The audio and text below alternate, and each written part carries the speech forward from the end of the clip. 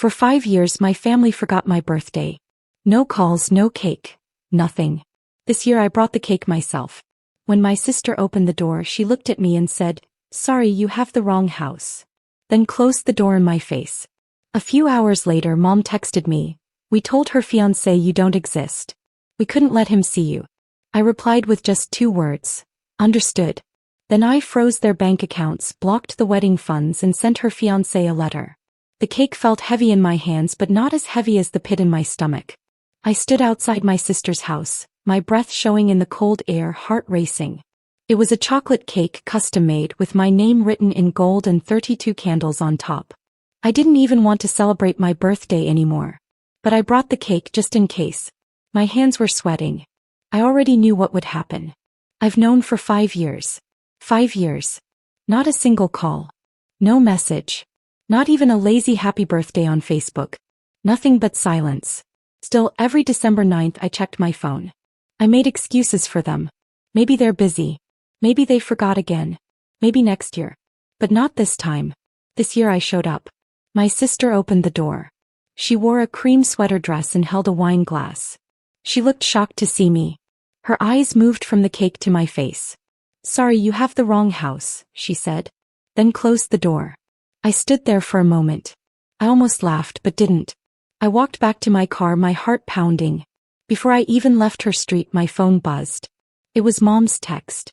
"We told her fiancé you don't exist. We couldn't let him see you." I didn't cry. I didn't yell. I didn't throw the cake. I simply replied, "Understood." Then I pulled over, logged into the shared wedding account and froze all their money. Blocked every transfer. Flagged every payment. They wanted me invisible? Fine. But they wouldn't see this coming. I also mailed her fiancé something they never wanted him to know. My name's Caleb. I'm 32. I've always been the weird one in the family. Not because I did anything wrong, but because I didn't play along. I was the kid who didn't pretend Dad's shouting was normal. I didn't laugh at Uncle Rick's rude jokes. I turned down business school even though I got a scholarship. I became a freelance developer instead. I built a successful business on my own. Quietly. And they hated it. Not because I failed, but because I didn't need them. Because I stopped pretending they were good people. Started with my birthdays. The first year they forgot. "Oh, we thought we texted you." Second year. "Didn't you say you weren't doing anything?" Third year. "It's just a day, Caleb. Don't be dramatic." By the 5th year I stopped expecting anything. I worked. Ate cheap sushi. Stayed quiet. Meanwhile, my sister Eva got a huge catered brunch for her half-birthday. Fancy invitations. Champagne. A string quartet. I asked Mom if she remembered my birthday. She just blinked and said, "Oh honey, was that today?" She wasn't joking.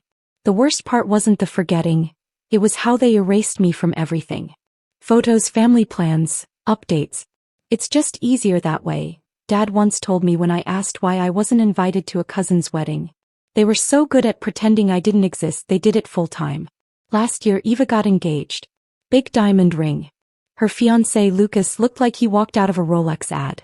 I texted her, "Congrats. Happy for you." She never replied. But I still helped them quietly. I'm always the responsible one. The invisible bank account. They didn't know 40% of their wedding fund came from me. I set it up months ago after Mom hinted they were short on money for the venue.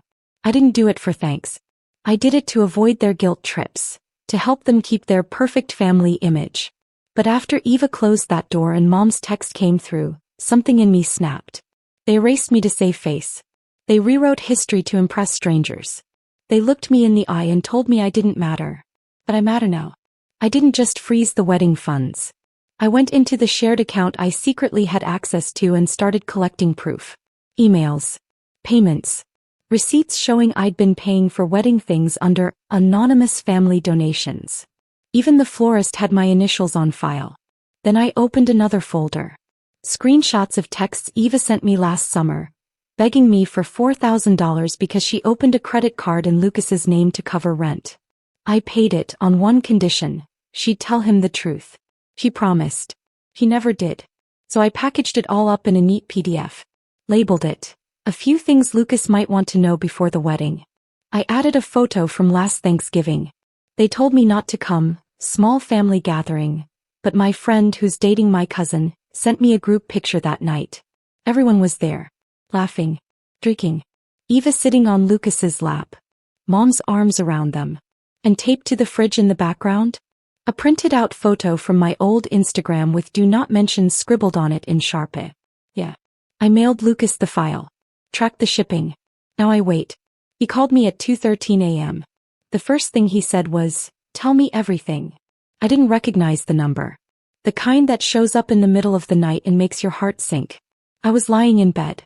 My laptop still warm on my legs. Scrolling aimlessly, hoping I could fall asleep and forget my birthday. I answered the call. "This is Lucas," the voice said. Calm. Too calm. The kind of calm someone has after finding out their world has fallen apart.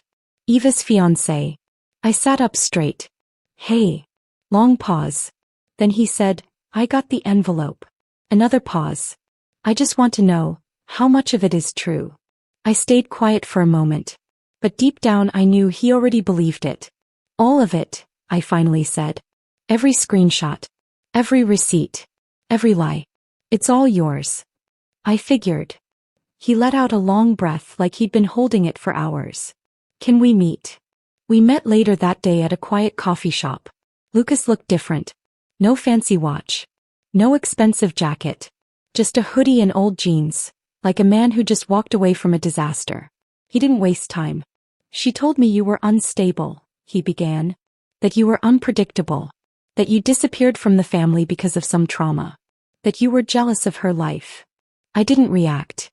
I'd heard worse. "She warned me not to contact you," he added. "Said it would only reopen old wounds." He looked me in the eye. "That envelope didn't look like old wounds. It looked like you were setting the record straight." I slid a folder across the table. Inside was everything he hadn't seen yet. Emails showing I secretly paid deposits under different names. A florist note. Balance paid by Seach. Client requested privacy. The wedding planner's invoice. Anonymous donor. And last, Eva's desperate text from August. "Hey, can you send $4,000? I messed up. I'll explain later. Just don't tell Lucas. Please, I'm serious." Lucas read every page carefully. Silent. Then he closed the folder, his hands shaking slightly. "She said you refused to come to the engagement dinner because you couldn't stand seeing her happy." I let out a small laugh. "She sent me the wrong date," I explained. "I showed up a week early. Waited 45 minutes at the restaurant. The hostess told me the reservation was for next Friday." His jaw tightened. "She's been lying to me for years," I continued. "At first I thought it was just carelessness. But it wasn't. It was control. She was creating a world where I didn't exist. And you were just part of the story." Lucas leaned back, taking it in. "She told me the family was close. That you were distant because you were selfish." I tapped the folder. Selfish enough to quietly pay for half her wedding.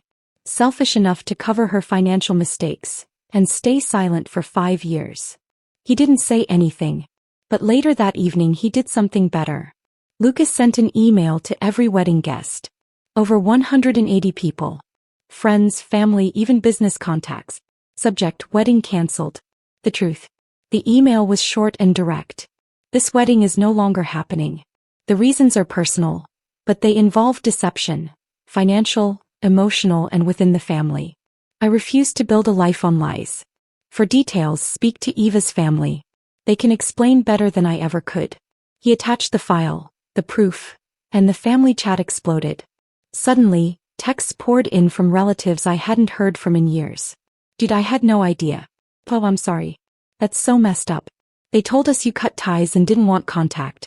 I ignored most of them. Not out of anger, just tiredness. Then the call started. "Eva." "My aunt." I didn't answer. Until Mom texted. "You didn't have to go this far. You've destroyed us. Are you happy now?" I stared at the message, then typed. "No, I'm not happy. I'm just free." She replied almost instantly. "We told Eva's fiancé what we had to. We were protecting the family." I sent back. "You erased me to protect your image. I exposed you to show the truth." That's when Dad showed up. I saw him on the building's security camera, pacing outside, angry, pressing the buzzer. I picked up the intercom. "Caleb, let me in," he demanded. We need to talk. No. Your mother's in tears. Eva won't eat. She's humiliated. She humiliated herself. You just helped her keep the secret. You've always been vindictive. No, I cut him off. I've always been quiet. You just didn't expect me to finally speak. He slammed his hand on the glass. You're not part of this family anymore. I smiled, though he couldn't see me.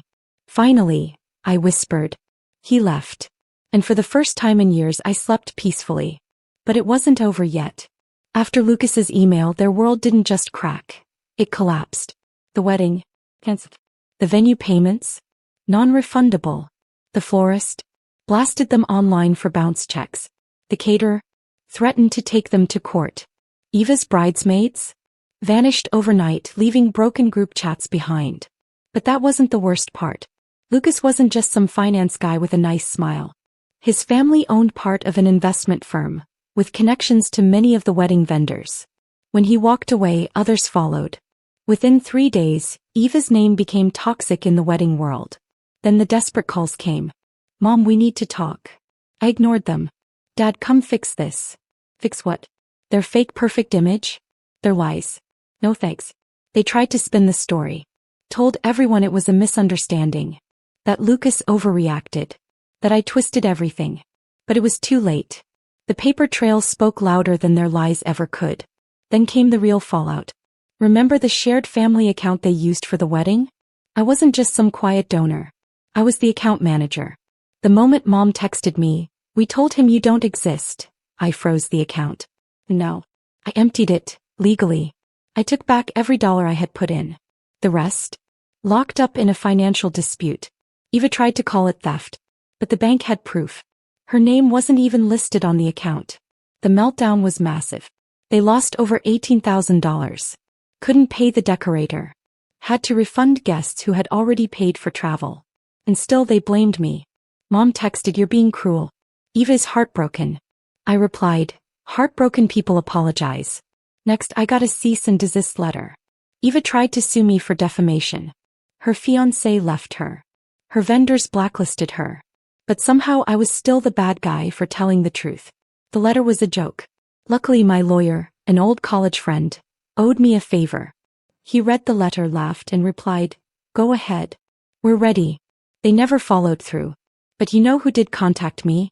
Lucas's mom. She sent me a handwritten letter. Real paper, fancy envelope, thanking me. She said she always suspected something was off, but didn't know how deep the lies went until she saw my file. She said I saved their family years of pain. She also sent me a check. Not a small gesture. A real check. $10,000. A gesture of respect, she wrote. Not pity, not charity. Just recognition that you didn't owe anyone anything, but you still gave. I didn't cash it. But I framed it. As for my family, things went downhill fast. Dad lost a contract with one of Lucas's business contacts. His friends started distancing themselves. Mom tried to fix her image. But that's hard when half your friends have seen screenshots of you lying to your own son. And Eva? She crumbled. She posted a breakup message on social media. Sometimes people grow apart. It wasn't the right time. Sending love to everyone. But the comments were brutal. Sis, he left you because your family lied about having a brother. Where's the cake though? Then came the Reddit post. Someone leaked the story to a popular relationship subreddit. It blew up, over 20,000 upvotes. People called it the ultimate sibling revenge. One comment stood out. This is what happens when the family scapegoat stops playing nice. But the best part? A month later there was a knock at my door. It was Eva. No makeup. Puffy eyes. Shoulders slumped. Holding a plastic container. Mom made cake, she said. I raised an eyebrow. She added, we owe you one. Thought maybe we could talk. I didn't say anything. I messed up, she continued. I believed them. About you.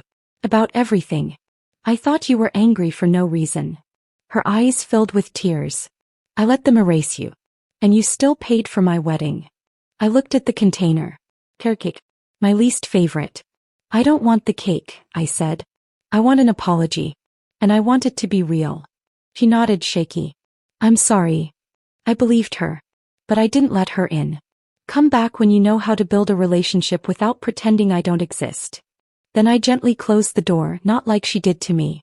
Later that night I tossed the cake in the trash. Poured myself a drink. Not to celebrate, just to breathe. For the first time in years I wasn't angry. I wasn't hurt. I wasn't standing invisible at the edge of family photos. I was free. It's been 7 months. 7 months since I stood on Eva's porch with a birthday cake and got told I had the wrong house. 7 months since my mom texted that I didn't exist. 7 months since I stopped feeling guilty for their lies. People say revenge is bittersweet. I disagree. It was clean. Necessary. Like pulling glass out of a wound that's been infected for years. You don't cry about the pain. You just feel relief. My family doesn't talk about me anymore. Not in public. I know. A mutual friend saw Dad at a fundraiser. Someone asked about his kids. My daughter Eva. She's taking time to heal, he said. No mention of me. As usual. But that's okay. I don't need their lies to validate my truth. I moved to a new city. Bought a small house in the mountains. Quiet. Peaceful. Just me, my work, my rescue dog Java. And the silence I chose. In that quiet I found clarity. I don't regret anything. Not the files I sent. Not the money I took back. Not exposing the truth they tried to bury. If I regret anything, it's waiting so long to stand up for myself. For years I tried to earn what should have been given freely. Love. Respect. A place in the family. I kept showing up, to birthdays, funerals, family dinners, hoping they'd see me. But they never did. I was a convenience. A wallet. A scapegoat. And when I stopped playing that role, their perfect world fell apart. Not because I destroyed it, but because I stopped holding it up. Last month I got a letter in the mail. No return address. Inside. A photo of me at 9 years old blowing out birthday candles. Eva beside me. Mom behind the cake. Dad holding the camera. Everyone smiling. On the back someone wrote. We lost something that day. Maybe it was you. Maybe it was us. I'm sorry. No name. I didn't need one. I burned it in the fireplace. Not out of anger, but because that little boy doesn't exist anymore. The one who begged for crumbs at a table where the seats were already taken. I don't need that table anymore. I built my own. And real people sit at it now. Friends who accept me. Colleagues who respect me. A partner I met recently who knows the whole story and never once said, maybe it wasn't that bad. Because it was. And I'm done pretending otherwise. A few weeks ago Eva emailed me. Subject line, do you hate me? I didn't reply. Not because I hate her. Because hate still takes energy. And I'm done wasting mine on ghosts. I've forgiven them. Not for them, for me. Because anger is heavy. And I'm building a life too good to carry their dead weight. Last week I celebrated my birthday. Properly. I invited friends. Made my own cake. Vanilla bourbon buttercream. There were candles. There was laughter. No one asked, where's your family? They already knew. My real family is the one I built. When I blew out the candles, I didn't wish for their love, their approval, or their apologies. I wished for more days like this, where I exist. Fully. Proudly. Unapologetically. Because the truth is, I was never the problem. I was the mirror. They just couldn't stand what they saw. So they tried to smash it. But I didn't break. I got sharper. No. I don't disappear. I reclaimed myself. Completely.